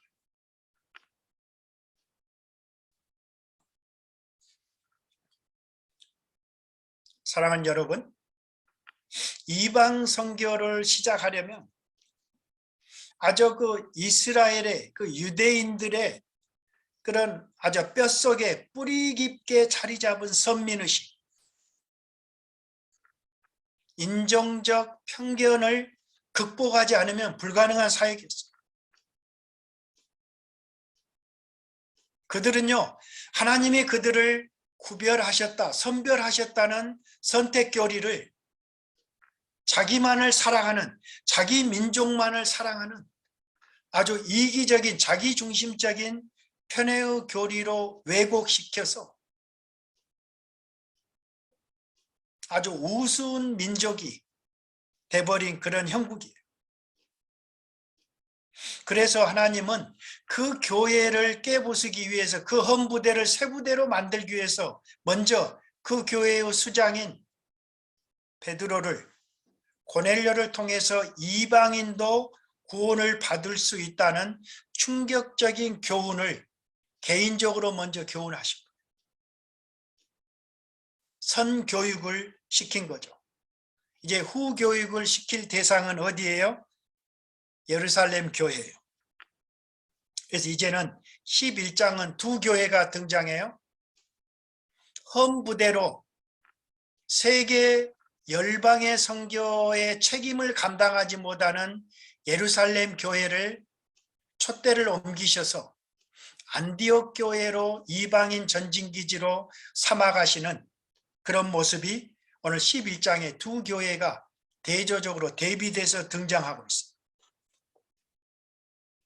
예루살렘 교회, 지금 베드로 사도의 그런 고넬료의 집안에 가서 투숙하고 교제하고 그들을 복음시킨, 그들을 구원시킨 그 사건을 힐난하는 예루살렘 교회, 계시록의 아시아의 7교회는 교회 중에서 저는 그 교회가 사대교회를 닮았지 않는가 그런 생각을 합니다. 허우대는 멀쩡한데 완전히 속은 골마있는, 죽어있는 교회. 하나님이 어떤 하나님이신지, 자기를 선별하신, 구별하신, 자기를 구원하신 그 하나님의 사랑을 곡해해서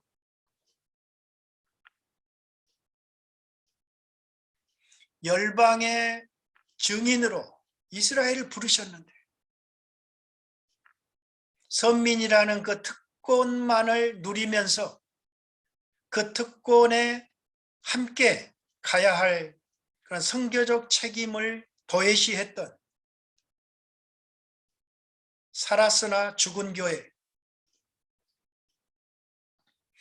오늘 현대교회도 여러분 만만치 않죠?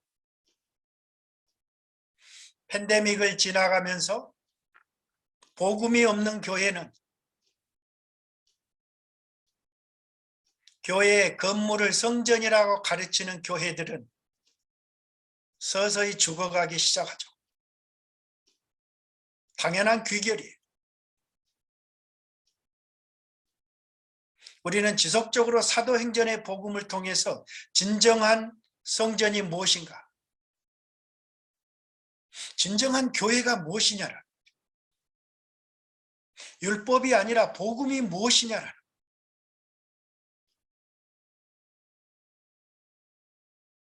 율법과 복음과의 관계가 정돈이 안 되기 때문에 한국 교회의 그런 율법주의적인 가르침으로는 예루살렘 교회의 그 부대를 넘어설 수 없다. 결국은 새 술은, 새 복음은 헌부대가 감당할 수 없는 것이고, 이제 새로운 세상의 세계적 선교에 하나님의 어떤 분이신가? 열방의 이방인의 관심을 가지고 계시는 바로 마지막 종말의 시대는 선교의 시대라는 것을 요엘 선지자를 통해서, 그리고 특별히 고넬료의 사건을 통해서 눈이 번쩍 뜨인 개안이 된 베드로는 이제 유대 그 기득권층의 예루살렘 교회의 그런 드센 저항을 한 몸에 받아내야 했어요. 이방인들도 구원을 받았다, 하나님의 말씀을 받았다고 하면 가장 기뻐해야 될 교회가 예루살렘 교회 아니었겠어요? 이방인이 구원을 받았다는데, 아니 동생 탕자가 돌아왔다는데, 진짜 기뻐해야 할 사람은 형님 아니시겠어요?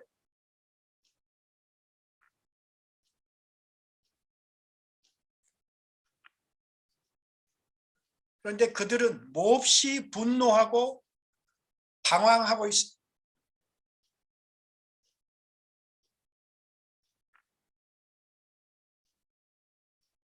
그리고 베드로를 따지기 시작.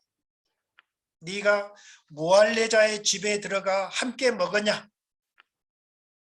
먹었다고 하면 징계감이죠. 징계가 아니라 출교도 아니고 이것은 뭐 지금 할 수 없는 일이다라는 거. 그래서 4절에 11장 베드로가 그들에게 이 일을 차례로 설명하기 시작해.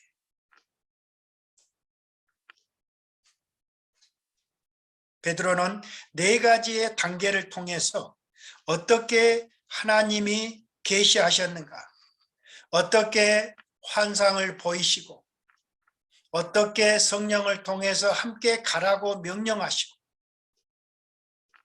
그 모든 작업이 고넬료와 베드로에게 동시에 행하셨던 하나님이 준비하신 일이었다. 그리고 복음을 선포했을 때 성령을 부어주심으로 통해서 요엘에게, 요엘 선지자를 통해서 약속하셨던 그런 종말의 성령 강림의 사건이 무차별적으로 믿는 자에게는 인종적, 민족적 편견이 없이 누구나 구원하시는 은혜의 복음을, 차별이 없는 화평의 복음을 선포했다라는 것을 차근차근 베드로가 설명하기 시작해요. 그러면서 17절에 결론적으로 말씀하세요. 그런즉 하나님이 우리가 주 예수 그리스도를 믿을 때 주신 것과 같은 선물을, 무슨 말이죠? 주 예수 그리스도를 믿을 때, 오순절 지금 성령 강림을 얘기하십니다. 오순절 때 우리에게 주신 선물 성령을 그들 이방인 고넬료와 고넬료 일가족들에게 주셨으니 내가 누구기에 하나님을 맡겠느냐? 18절에 그들의 반응을 보세요. 그들의 반응은 어떻게 나타났어요? 이 말을 듣고 잠잠하여 하나님께 영광을 돌려 이르되, 그러면 하나님께서 이방인에게도 생명 얻는 해결을 주셨도다. 비로소 그들이 침묵과 각성 끝에 하나님께 영광을 돌리는 장면이 나오게 돼요. 유대인들이 더 이상 베드로를 힐난할 수 없음을 보게 되는 부분이에요.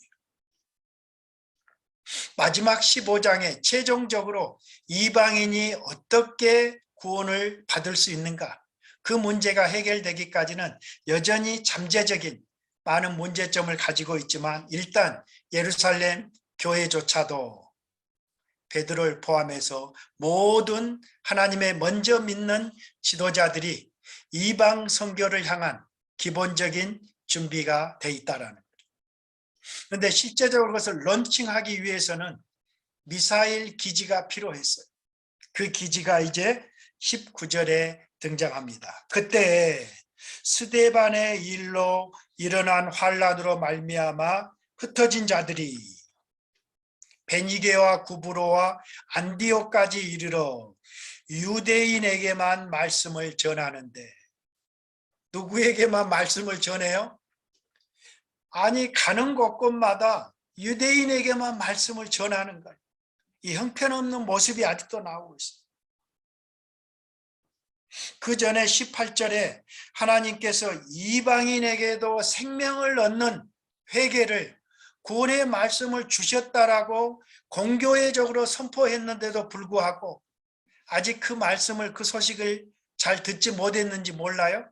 그래서 흩어진 자들은 여전히 유대인들에게만 전해요.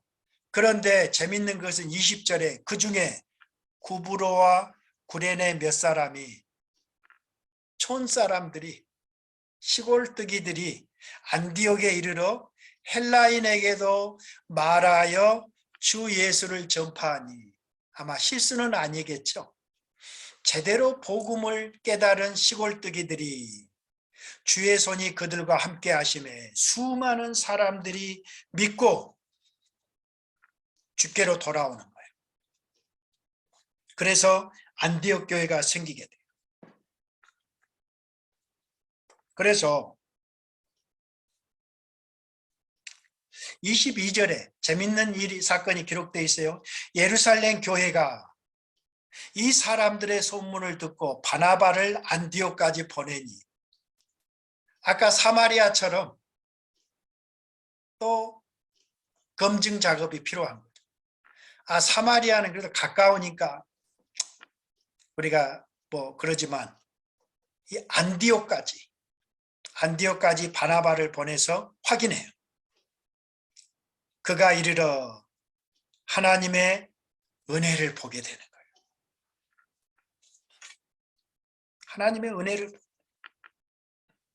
이 복음의 역사는, 이 구원의 역사는 주 예수의 복음을 듣고 들어온 이 이방인들의 구원의 역사는 하나님의 은혜의 역사라는 것을 깨닫게 되는 거예요. 그래서 함께 바나바는 기뻐해요.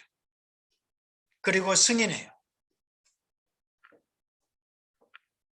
23절 그가 이르러 하나님의 은혜를 보고 기뻐하여 모든 사람에게 굳건한 마음으로 주와 함께 머물러 있으라 권하니, 바나바는 착한 사람이요 성령과 믿음이 충만한 사람이라. 이에 큰 무리가 주께 더하여지더라. 큰 무리가 주께 더하여지더라.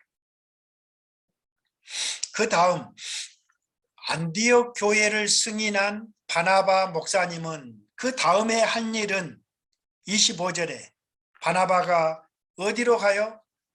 다소로 가요. 다소에 누가 있어요? 사울이 있는 걸 바나바는 아는 것이죠. 바나바는 안디옥 교회를 세우는, 이방인 선교를 위해서 이방인 교회를 세우는 일에 사울이 적임자라는 것을 바나바는 알고 있었어요. 예수님이 사울은 이방인의 사도로 주님이 부르셨다라는 것을 알고 있었잖아요. 옛날 예루살렘 사도들에게 소개할 때 이미 정확하게 알고 있었더라. 그러나 바나바는 굉장히 큰 사람이었잖아요. 예루살렘 그 교회에서 사도들 세계에서 인정받은 큰 지도자였어요. 그런데 그가 사울과 함께 자신의 사역을 하기 원했던 바나바의 그 겸손함, 그리고 그의 전략적 판단력,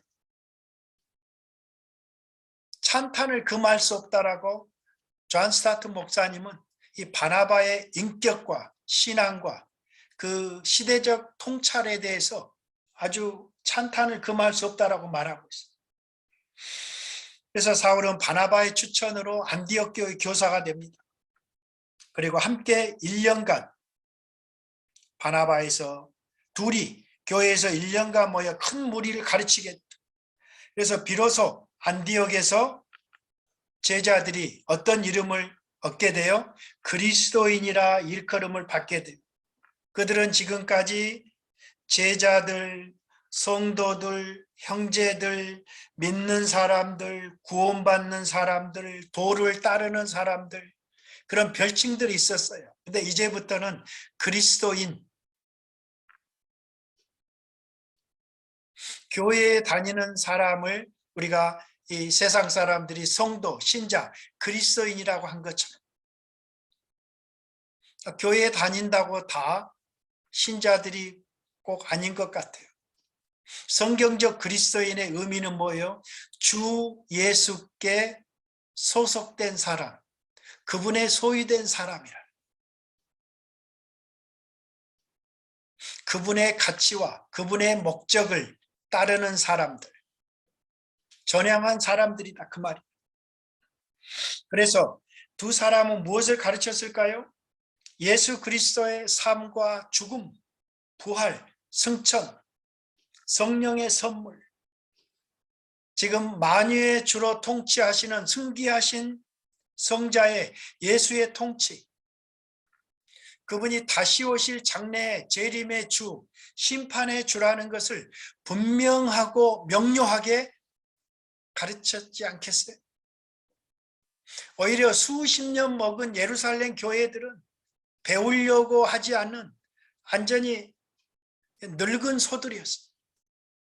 그러나 아주 이방인 교회는 아주 백지에 그리스도의 복음의 사건을, 하나님 나라의 구속의 사건을, 그분의 고난과 그분의 죽음과 그분의 부활의 사건이 복음의 사건이고, 그 복음의 사건을 성취하시고 승천하셔서 만유를 다스리시는 주님이시고, 그분이 교회의 머리시고, 그분이 선교의 대장이 되시고, 모든 이방 선교가 끝나면 그분이 심판의 주로 다시 오실 것이라는 엄청난 확신과 소망에 찬 복음을 바나바와 바울이 전했을 때 안디옥에 아주 불이 난 것이. 그때 선지자 아가보의 예언이 갑자기 27절에 등장하죠. 천하의 큰 흉년이 들 것이다. 로마의 4대 황제의 클라디우스, 그죠? 네로 황제 아버지죠. 네로 황제 아버지 때 실제로 일어나요. 그래서 유대에 사는 형제들, 예루살렘 교회를 위해서 안디옥 교회가 부조를 해요. 그래서 그 부조를 30절에 바나바와 사울의 손으로 보내게 되죠. 그죠? 이것이 바울의 2차 예루살렘 방문 사건이에요. 1차는 회심 후 방문이었죠. 사도행전 9장, 11장은 2차 예루살렘 방문은 기근을 위한 부조 방문이요. 이것은 갈라디아서 2장과 연계가 돼요. 3차는 언제 일어나죠? 15장에 총회 방문 때 일어나요. 그래서 바울이 5번에 걸쳐서 예루살렘을 방문하는데, 이것은 굉장히 중요한 바울 서신과 신학을 이해하는데 중요한 그런 사건들이에요. 그것은 차근차근 우리가 공부하면서 제가 더 얘기하도록 하겠습니다.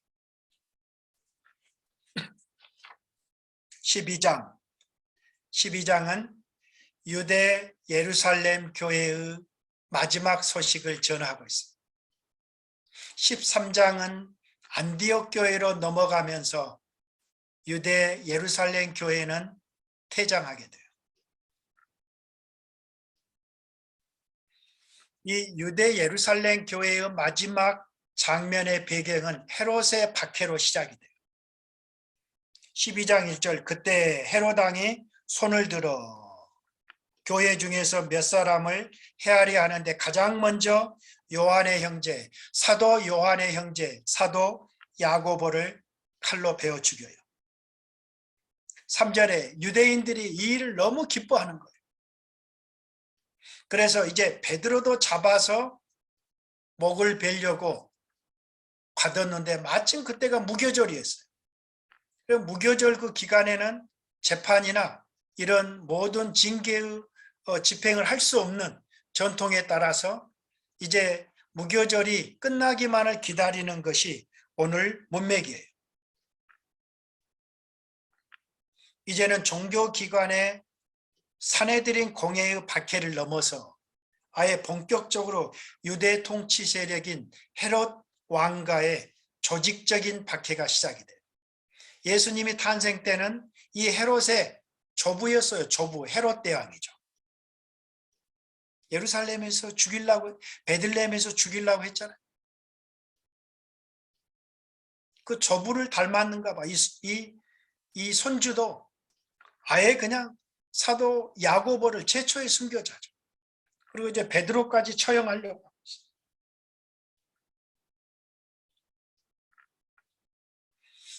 연약한 교회가 할 수 있는 일은 아무것도 없었어요.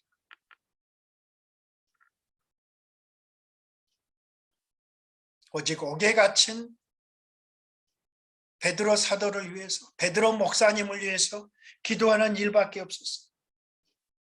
그렇지만 기도는 그들에게 있어서, 신자들에게 있어서, 교회에게 있어서 최선이자 최상의 방법이었다는 것을 하나님이 응답하세요. 그 전날 밤, 다음 날이면 이제 베드로도 꺼내서 목을 벨 참이에요. 근데 바로 그날 밤에 5절에 이에 베드로는 옥에 갇혔고 교회는 그를 위하여 간절히 하나님께 기도하더라. 간절히 하나님께 기도하더라. 그때 7절에 호련히 주의 사자가 빛으로 나타나서 베드로를 깨우는 거. 베드로를 깨워서 데리고 나가는 거. 그의 손에 쇠사슬이, 발에 착고가 풀립니다.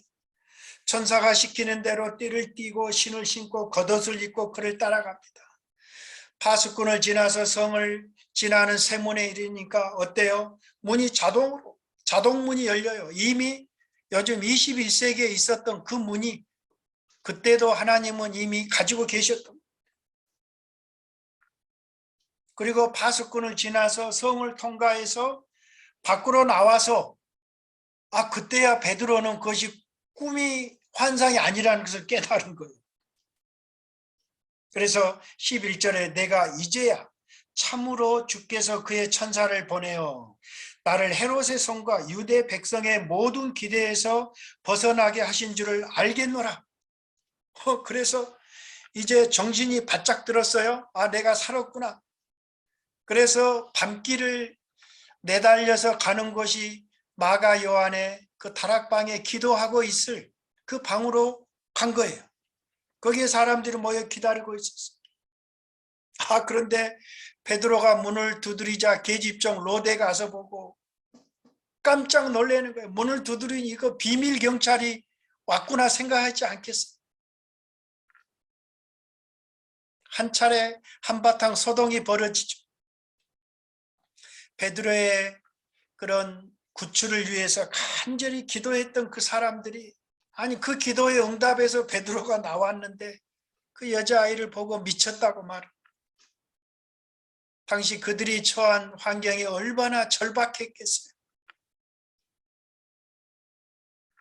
그들은 모든 소망을 잃고 좌절하고 아주 초토화시키는 마지막 그 베드로 사도의 그 장례식만을 기다리고 있었던 사도 야고보의 그 목을 묻었던 그 초대교회 그들의 그 절실한 절박한 그 환경을 보여줘. 그래서 성도들이 너무 기뻐하니까 조용하라는 거예요. 떠들면 큰일 나죠. 옆집에서 아니까. 그리고 한 가지만 당부해요. 야고보 사도는 죽었잖아요. 그러니까 예수님의 젖동생이죠. 야고보 감독이. 사도행전 15장에서는 총회 의장으로 등장하죠.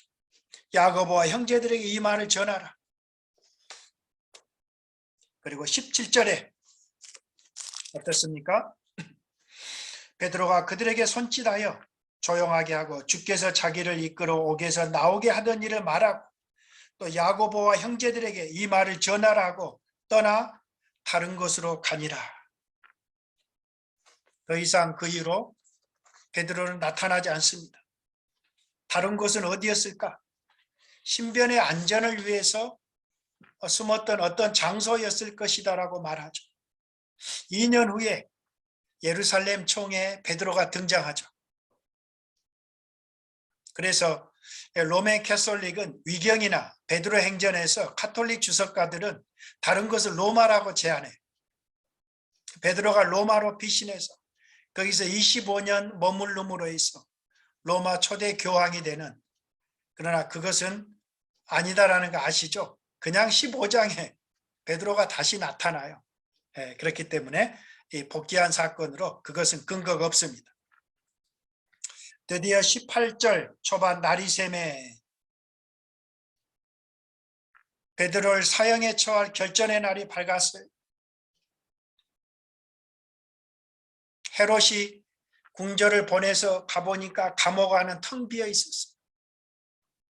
예수님이 묻히신 동굴처럼 텅 비어 있었어요. 헤롯은 꿈을 접고 무고한 파수꾼들만 처형해서 입을 막게 하죠. 그리고 20절 이하에서는 23절까지 하나님께 영광을 돌리지 않는 헤롯 왕을 해충을 통해서 하나님이 심판하는, 저주하는 그 사건으로, 헤롯의 죽음으로 유대와 예루살렘 교회는 막을 내려요. 그런데 23절에서 헤롯이 영광을 하나님께 돌리지 아니하므로 주의 사자가 고치니 벌레에게 먹혀 죽으니라. 끝은 어떻게 끝나요? 하나님의 말씀은 흥왕하여 더하더라. 굉장히 대조적인. 시작은 어떻게 시작했어요?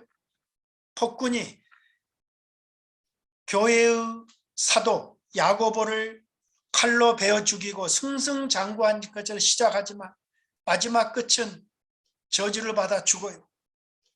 그러나 교회는 야고보의 순교와 베드로 사도의 투옥으로 시작하지만 베드로는 풀려나고 폭군은 죽고 하나님의 말씀의 승리로 마지막 장을 마감하는 것이 마무리예요.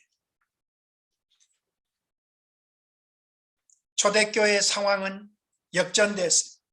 이제는 땅끝 선교를 짊어지고 전진할 안디옥 교회의 출범을 내다보는 데 있어서 자연스럽게 예루살렘 교회의 모교회의 역할은 여기까지만, 그리고 이제 13장 다음 사각부터는 안디옥 교회의 그 미래를, 어떤 사역을, 밝은 전망을 내다보게 하는 그런 부분을 보게 하는 거예요.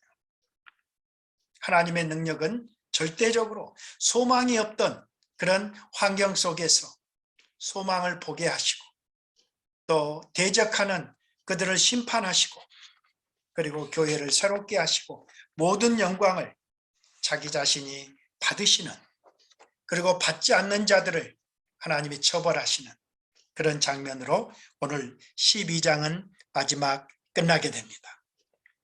다시 오시는 주님 앞에 조금도 부끄러움이 없는 저와 여러분이 될 수 있기를 주의 이름으로 축원합니다. 이것으로 사도행전 3강 강의를 마치겠습니다.